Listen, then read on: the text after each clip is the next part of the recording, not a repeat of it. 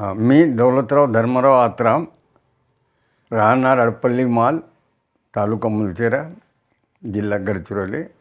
धर्मराव बाबाचं मी काका, म्हणजे सावत्र काका.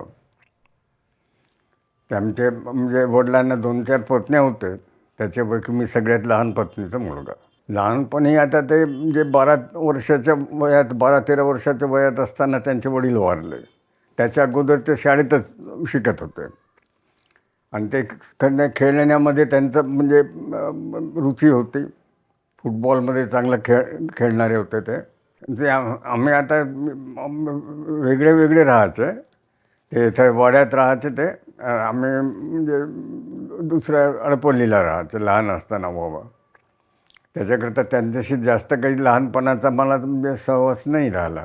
1972मध्ये जे निवडणुका झाल्या, जिल्हा परिषदमध्ये मी निवडून आलो.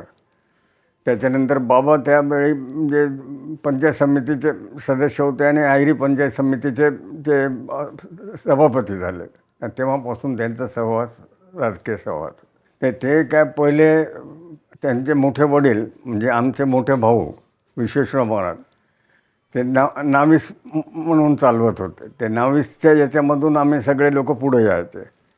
मध्ये बाबांचा जे सहवास मध्यवार, चंदू मध्यवार म्हणून वगैरे आहेत, त्यांच्या आला आणि त्या लोकांनी सगळं त्यांचं म्हणजे राजकीय जीवनच बदलवून टाकलं.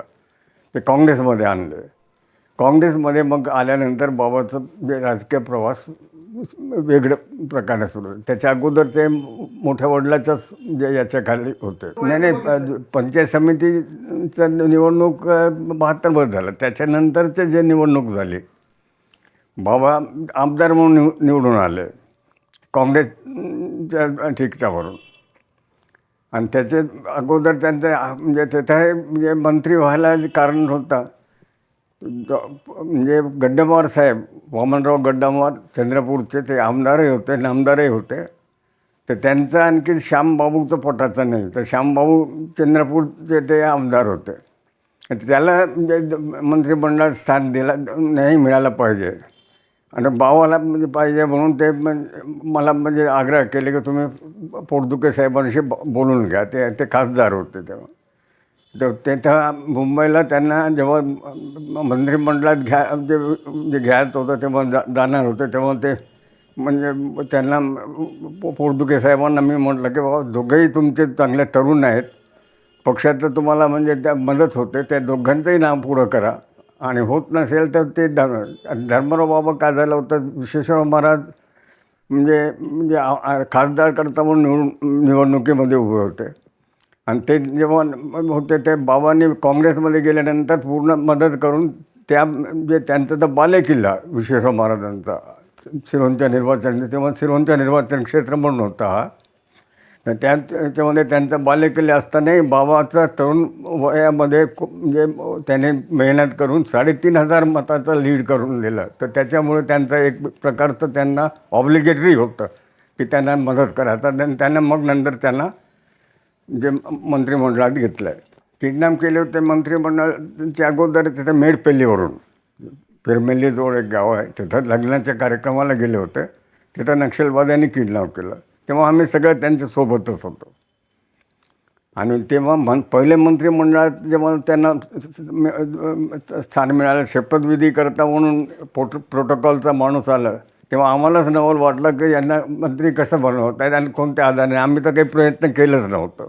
निवड वामनरावचा आणखीन श्यामबाबूचा थोडासा विरोध असल्यामुळे ते आम्हाला चान्स मिळून गेला आणि तेव्हापासून बाबाचं तर पुन्हा म्हणजे राजकीय म्हणजे त्यांचं जीवनच बदलून गेलं. नाही ते तिथं गेल्यानंतर त्यांच्यासोबत आमचा एक माझा मित्र आणि त्यांचा म्हणजे मानलेला मामा लक्ष्मणराव कोरे होते. ते जेव्हा नेल्यानंतर त्यांनी म्हटलं की बाबा त्यांच्यासोबत आम्हालाही घेऊन जा म्हणून. तर त्यांनी म्हटलं की नाही, तू चालू शकत नाही म्हणून सोडून दिले आणि बाबाला घेऊन गेले. तर मला वाटते 20-21 दिवस काहीतरी ते त्यांना ते फिरवत ठेवले होते. हो, येथेही झाला होता, लाठीचार्जही झाला होता SD ऑफिसमध्ये गेल्यानंतर. आणि तेव्हा खोब्रागडे साहेब म्हणून SDO साहेब होते, जे त्यांनी पुष्कळ म्हणजे बाबाचं म्हणजे म्हणजे हे केलं, पाठपुरावा केला. आणि ते बाबा त्याच्यानंतरही बाबाचं ते काही जीवन आता मी सांगायचं म्हणजे हे जेव्हा इथं हे नाही का आपला गोवारीचं म्हणजे चेंगराचेंगरी झाली होती, शरदराव मुख्यमंत्री होते त्यावेळी त्यांची भेट घ्यायचं. त्याच्यानंतर निवडणुका होते, निवडणुका म्हणजे ते पुढं ठेवून आमदारचं जे तिकीट करता म्हणून आम्ही लोक त्या सिरोंच्यापासूनचे लोक गेलो होतो. तर त्यावेळी ते चेंगराचेंगरी झाल्यामुळे पूर्ण रस्ते बंद होते, कोणालाही म्हणजे भेटायला जाऊ देत नव्हते. तर पण बाबांनी इतकं धाडस करून ते अरुण गुजराती होम मिनिस्टर ते रस्त्यावर बसून आहे, पण हा रस्ता जाऊन त्यांनी हे केलं. तर शरदरावांना बोलवून 5 मिनिटाचं वेळेकरता म्हणून बोलवून आमच्या सगळ्यांचे म्हणजे भेट घेतलं. तर बाबाचं धाडसही आहे ते, म्हणजे कोणतंही काम केलं की धाडसानंच करतात. आणि आता त्यांचा स्वभाव थोडंसं बदलला असेल वयाच्या संबंध, पण त्यावेळी तर ते म्हणजे म्हणजे हे ॲग्रेसिव्हच होते. नाही, लोकांमध्ये बाबा तर म्हणजे म्हणजे हे होतं, आवडताच माणूस होता. प्रत्येकाचा लहान गरीबही असेल तरी त्याच्याशी बोलणार.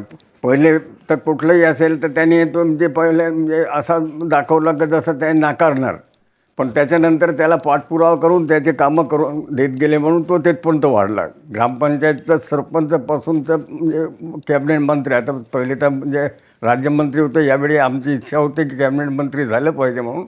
ते आनंदाची गोष्ट आहे की ते झाले. इथपर्यंत त्यांचं राजकीय धैर्य धाडतच राहिलं. आता उंची गाठली पाहिजे. आता मला ह्या म्हणजे कॅबिनेट मंत्रीच्या वर आता काय, आता कुठं सेंट्रलमध्ये जाऊन त्यांना मला वाटत नाही की काही जास्त स्कोप असेल म्हणून. ते बाबा सेंट्रलमध्ये जाऊन चांगलं मोठं पद घेतलं पाहिजे असं ती इच्छा आहे, पण मला नाही वाटत की आपल्याला तिथपर्यंत जाण्याची आहे. पण ते जे महाराष्ट्र राज्यातच ते आमदारकी घेऊन पुढं आणखीन कॅबिनेट मंत्री म्हणून आणखीन चांगल्या म्हणजे याच्यावर पदावर गेलं पाहिजे आणि त्यांचे पोर्टफोलिओ पण त्यांना चांगले मिळाले पाहिजे असं तर आशा राहणार. तर बाबा वयाच्या 13 वर्षाचं म्हणजे वडिलांचं त्यांचं म्हणजे सावली गेली.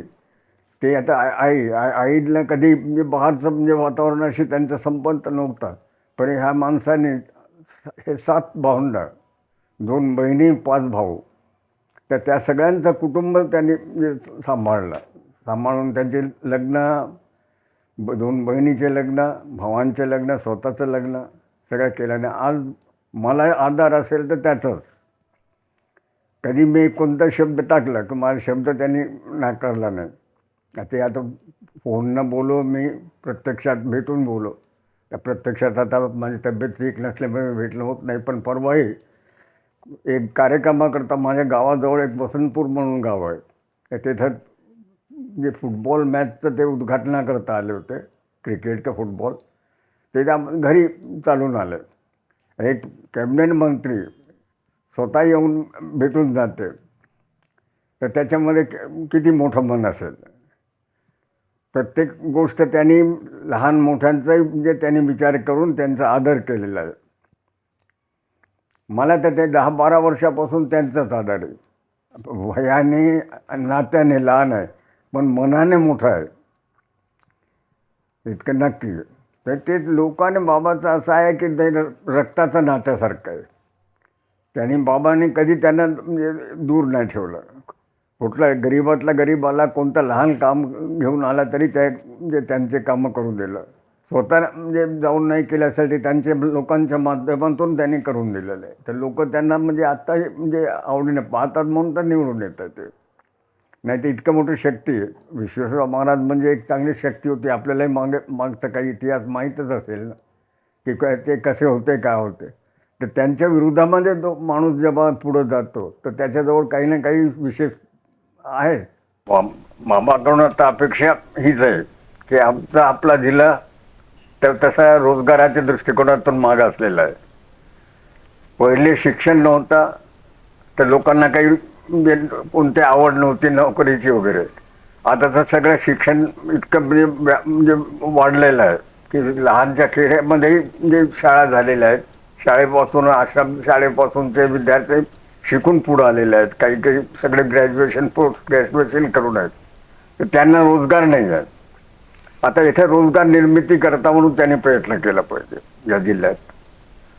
आणि ते करताना आपलं म्हणजे इथं जे आहेत कोणावर अन्याय नाही झाला पाहिजे. आता आजकाल तर सगळ्या ठिकाणी आता आपल्याला तुम्ही काय सांगायचं की आपण नोकऱ्या काही इतकं सोपं नाही झालेलं आहे. पटवाऱ्यांचे 3,000 जागे राहतात आणि तिथं 1.5 लाख लोकांचे अर्ज राहतात. तर न्याय सगळ्यांना देणं होणार नाही, पण शक्यतोपर्यंत गरजू माणसाला त्या नोकऱ्या मिळाल्या पाहिजेत या हिशोबाने त्यांनी प्रयत्न केला पाहिजे. इतकी अपेक्षा मी त्यांच्याकडून करणार आहे. जमीनदारी हक्क तर नष्ट झाले, तर त्याच्यातून त्यांचं आता काही नाही राहिलं. जमीनदारीचा तो प्रश्नच म्हणजे मिटून गेला. आता तो काळ आता आणखीन येणार असं तर नाहीच आहे. जे अतिक्रमणाचे पट्टे तर ते मिळाले पाहिजे आणि त्यांनी मिळवून दिलं. आणि आता काही काही राहिले जसं त्या आपण म्हणजे वन हक्क समित्या झालेत. वन हक्क समितीच्या माध्यमातून प्रस्ताव गेलेत. काही प्रस्ताव ते मंजूर झाले आणि काही प्रस्ताव आत्तापर्यंत तसंच रेंगाळत आहेत. आणि त्याच्यातही आदिवासी लोकांचेही त्या जे आहेत.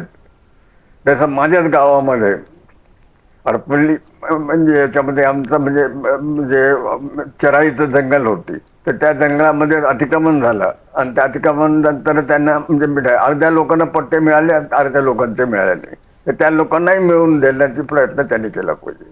मी त्यांच्या सोबतच होतो राजकीय ह्याच्यामध्ये. जे जेव्हापर्यंत राज्यमंत्री होईपर्यंत आम्ही सोबतच राहते. कुठेही आम्ही गेलं, आता कधी म्हणजे तिरुपतीला गेलं तरी त्यांच्या कुटुंबासोबत मी राहतात. तसं त्यांचा आणि माझा बिलकुल म्हणजे जवळचाच संबंध राहिला आहे.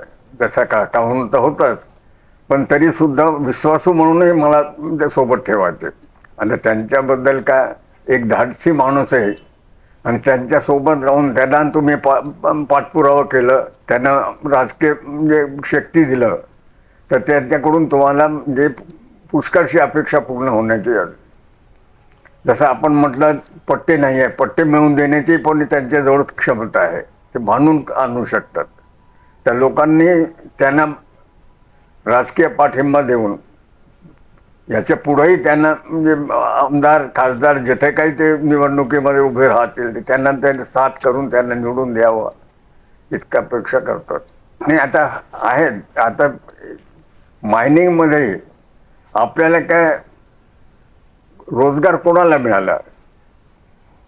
आपण लेबर म्हणूनच काम करत आहोत, ड्रायव्हर म्हणून करत आहोत. तर त्याच्यापेक्षाही चांगला तर त्या म्हणजे जे काही कंपनी आहे, कंपनीकडून जे जे मोठे पोस्ट आहेत इंजिनिअरिंगचे आहेत किंवा त्यांचे म्हणजे व्यवस्थापनाचे आहेत, ॲडमिनिस्ट्रेशनचे, त्या पोस्टच्या लायक इथल्या माणसांना म्हणजे तयार केलं पाहिजे. या हिशोबाने त्या म्हणजे जे व्यावसायिकांना म्हणजे दडपण आणून त्यांच्याकडून हे करून घ्यावं.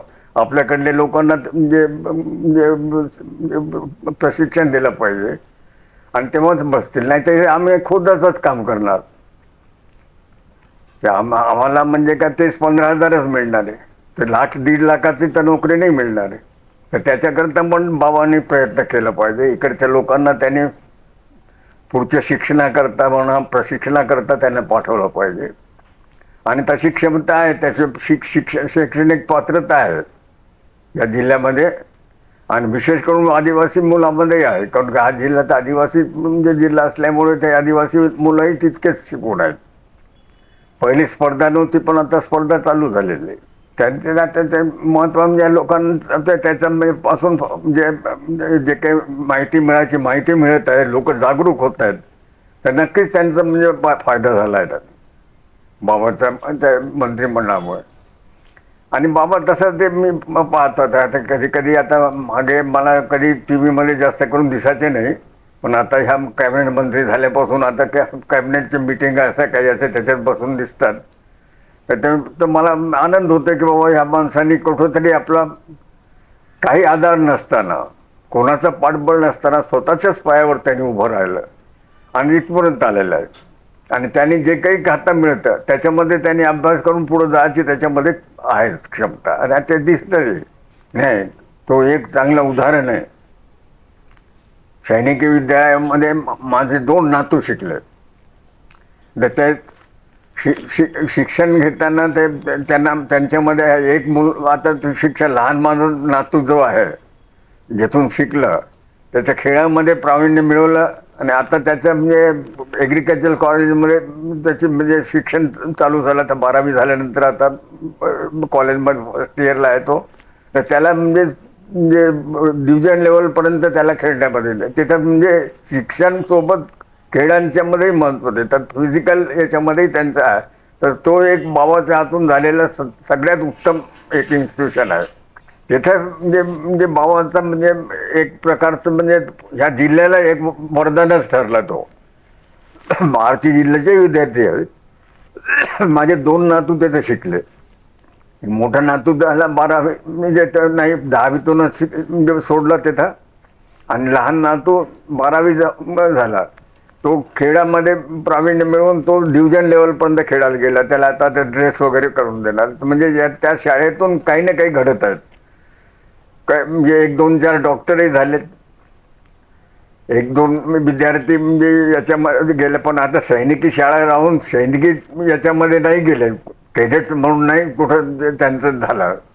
ते आता त्याला दुर्दैव म्हणावं लागेल. कोणाचं इंटरेस्ट नाही आहे आपल्या इकडे. ते महाराष्ट्रामध्ये जसा म्हणजे मराठवाडा म्हणा, पश्चिम महाराष्ट्रामध्ये प्रत्येक कुटुंबात असं असते की माझा मुलगा म्हणजे सैनिक याच्यामध्ये गेला पाहिजे, सैनिक झालं पाहिजे म्हणून. तसं आपल्याकडे ते जागृती नाही आहे. आपल्याकडे म्हणजे निवड सिव्हिल याच्यामध्ये जातो आपण, सैनिकी म्हणजे विषयाकडे जायची इच्छा नाही आहे. नाही तर त्याचं सगळं काही चांगलं व्यवस्था आहे. खाण्याची पिण्याची सगळी व्यवस्था चांगली आहे. विद्यार्थ्यांना शिक्षण चांगलं मिळत आहे. आणि शैक्षणिक म्हणजे सत्रासोबत त्यांना म्हणजे खेळामध्ये रुची निर्माण करून देत आहेत. समाजकारणही त्यांचं चांगलं आहे. आपल्या समाजाच्या मध्ये लोकांचे काही म्हणजे अडचणी असतील, त्यांचे लग्नाचे असेल, कुठल्याही कार्यामध्ये ते सहभागी होतात. त्यांना आर्थिक मदतही पाहिजे असेल तर आर्थिक मदतही ते देतात. त्यांच्याकडून समाजाला अपेक्षा जे आहेत ते पूर्ण करतात. ते समाजांच्या जे मागण्या आहेत ते सगळे ते मागण्या ते त्यांच्यापर्यंत पोहोचल्यानंतर ते सगळे ते पूर्ण करतात. त्यामुळे आमचे वडील असताना दरवर्षी कमीत कमी 40-50 जोडप्यांचे लग्न व्हायचे. त्याच्यानंतर आता ते जे जमीनदाऱ्या वगैरे नष्ट झाले, थोडीशी आर्थिक बाजू थोडीशी म्हणजे कमजोर व्हायला लागली.